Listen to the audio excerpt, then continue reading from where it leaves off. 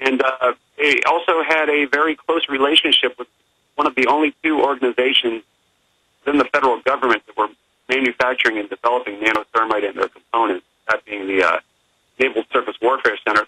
I asked the Port Authority of New York and New Jersey for a bibliography of all the work that they were doing at the World Trade Center during their time there.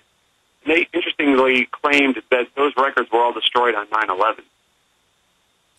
Very interesting indeed. And then you look, what really shocks me about 9/11 and the World Trade Center complex is if you look at the CIA bases that were put there. All right, you had the largest CIA base outside of Langley, Virginia, in World Trade Center 7. You had other undisclosed CIA offices in the Twin Towers themselves. You had the Department of Defense. You had the SEC. You had the IRS. You had the Office of Emergency Management. I mean, this was a major spook house, and that's just what we know today. In fact, one of the pieces that I show in Fabled Enemies is how it was cordoned off by intelligence, and they had to search, all the debris and whatnot for basically information they didn't want to go public, some of the actual hard copies of records that were still classified.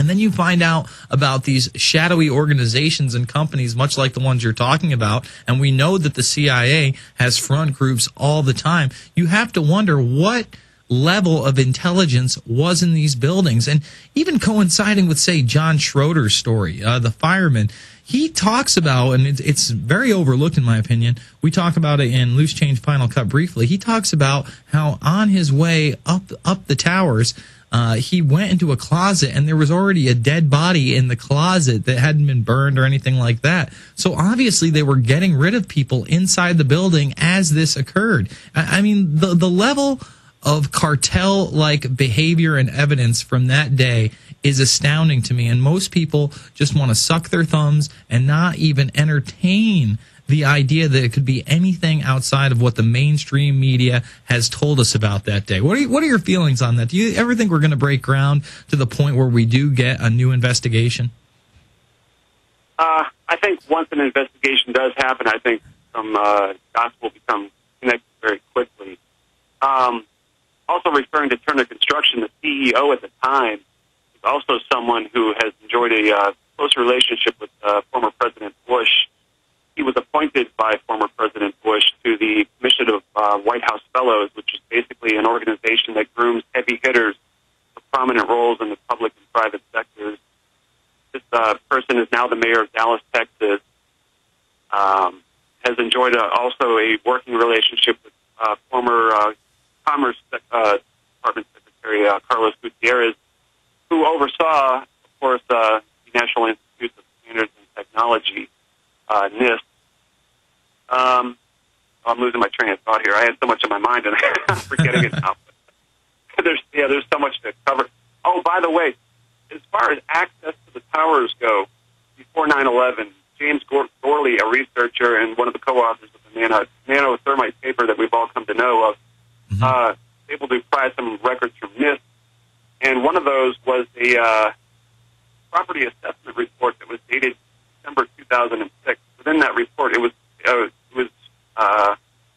put together by Merritt and Harris, a property assessment organization. It was within that report. It was various work was described as in need of attention, and work that was required to have attention within 1 year of the December 6, 2008 was rust treatment and asbestos, or refireproofing and asbestos abatement of the steel columns within the elevator shafts. Let's talk about that on the other side. It's the InfoWarrior with Jason Bermas, PrisonPlanet.tv, InfoWars.com. Everything we said came true. Everything we've done has been right.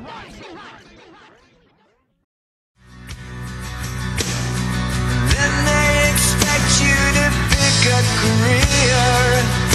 We are back. And a lot of people ask, well, how could they get explosives into the towers? And there's a lot of research out there that they had ample opportunity, this one being one of them that we're discussing with Aidan. Aidan, tell people about this. You know, a lot of people talk about how the towers were supposed to be refurbished for asbestos, all these main columns, but they said demolition wasn't an option. So let's talk about that for a moment. Yeah, as I was saying, there was a major property assessment report dated December 2000, and in that report, it was said that within 1 year, steel columns within the elevator shafts were to be treated for rust, accumulated rust, also for abatement of asbestos-containing fireproofing material, which was ongoing according to the report at that time, and also other work. It was supposed to be finished within 1 year, which was, of course, then December 2001, but the towers were gone by that time. So clearly there was significant work going on in the area of the supporting steel columns within the elevator shafts themselves, and by companies that I consider dubious, to say the least. Highly suspect, to say the least, in my opinion. Yeah, Turner Construction had an office located in Tower 1. They were there from at least as early as 97 up to 2001. Kevin Ryan was able to determine that the floors that were impacted and later failed on 9/11 were also the very same floors, the bottom floors, for which fireproofing was reapplied. It's just a coincidence. I mean, come on. Yeah, the 78th floor and up of Tower 2 were re-fireproofed just before 9/11, and also the floors at which Tower 1 were hit and later failed, those floors and up the roof were also various ones re-fireproofed. And it's just, as Kevin Ryan pointed out, when he posted this on 9/11 Blogger, it's just another amazing coincidence, to say the least. Yeah, a lot of those coincidences seem to happen in and around 9/11. Just unbelievable. I want to get your take on the new Sibel Edmonds revelations in just a minute, but let's take a caller or two. Let's go to Matt in the UK. Matt, you're on the line. Hi, Jason. Good evening, sir. And it's pretty late in the UK, but thanks for taking my call. Yeah, I was wondering about 9/11, and look, 9/11 was definitely an inside job. I think that they put thermite plasma where the shaft, where the gentleman was talking about, where the elevator is definitely, and kill all those innocent people. I just want to retract to the basically the UK's NHS system in the UK at the moment, and I think in the UK at the moment we're all very blinded by this NHS system that's owned by the Rockefellers, and where they control the nurses and doctors, and especially I've got children myself, and where this flu vaccine is concerned, where they will push for this vaccine. It's inevitable. And the American people have got to wake up and listen to yourselves and Alex Jones, because he's not telling no lies. He's saying, look, this vaccine is full of mercury and it's not been tested by anything. It's by, we've got the big army stations in the UK. Well, you know what? Now that you've brought up, and I thank you for the call, Matt, we have some news out there that Cornell student dies with swine flu, and I think you're going to be seeing this more and more as the days progress. Last week they tried to say that a school of only 10,000 people had 2,000 infected by swine flu, but notice nobody died. Well, I don't think anybody's going to start dying in masses unless they start taking this inoculation, which admittedly has squalene in it, admittedly has mercury in it, and then you watch these newsreels from 1979 about the 1976 swine flu, quote-unquote, epidemic, and you find out people went paralyzed, they never regained certain motion in their mouth, some people actually died, and then you also find out, and I haven't really covered this lately, but in 1972, the CIA released a sister virus, it wasn't the swine flu, it was something else, I can't remember, but it was some kind of swine virus. It's sister virus in Cuba as biowarfare. I don't think it's a coincidence, and I thank you for the call.